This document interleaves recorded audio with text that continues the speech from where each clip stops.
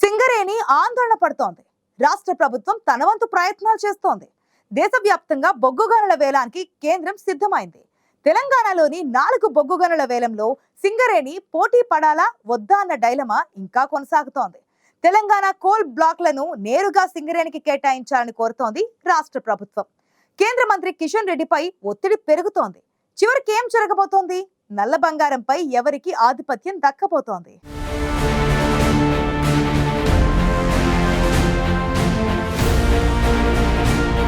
వేలంలో మా గనులు మాకే కావాలని సింగరేణి డిమాండ్ చేస్తోంది. మంచిర్యాల జిల్లాలోని మందమర్రి ఏరియాకి చెందిన శ్రావణపల్లి బ్లాక్ ని కూడా వేలం వేయాలని నిర్ణయించింది.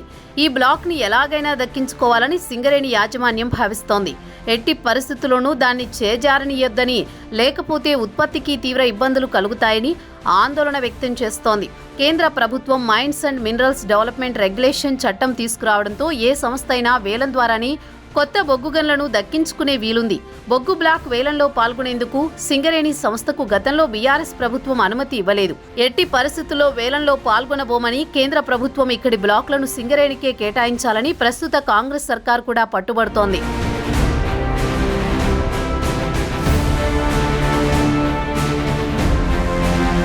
తాజాగా వేలానికి రెడీ అయిన శ్రావణపల్లి కోల్ మైన్లో 11.99 కోట్ల టన్నుల బొగ్గు గనులు నిల్వలు ఉన్నట్లు సర్వేలో తేలింది. దీంతో ఈ గనిని కోల్పోతే భారీగా నష్టపోతామని సింగరేణి ఆందోళన చెందుతోంది. ప్రైవేటు కంపెనీలతో పోటీపడి శ్రావణపల్లిని దక్కించుకోవడం అంత ఈజీ కాదని భావిస్తోంది సింగరేణి. అయితే ఎప్పుడూ వేలంలో పాల్గొనకపోవడంతో బిడ్డింగ్లో వెనుకబడితే మొదటికే మోసమొస్తుందని సంస్థ ఆందోళన వ్యక్తం చేస్తోంది. కేంద్ర గనుల శాఖ మంత్రిగా ఉన్న కిషన్ రెడ్డిపై ఒత్తిడి తెచ్చి కేంద్రాన్ని ఒప్పించి తెలంగాణ బొగ్గు గనులను వేలంతో సంబంధం లేకుండా నేరుగా తమకు కేటాయించాలని సింగరేణి డిమాండ్ చేస్తోంది. కాంగ్రెస్ సర్కారు కూడా కేంద్రంతో తాడో పేడో తేల్చుకోవాలని భావిస్తున్నా కేంద్రం వెనక్కి తగ్గే పరిస్థితి లేకపోవడంతో తెలంగాణ బొగ్గు గనులను సింగరేణికే ఇవ్వాలని సామరస్యంగానే ప్రయత్నాలు చేస్తోంది.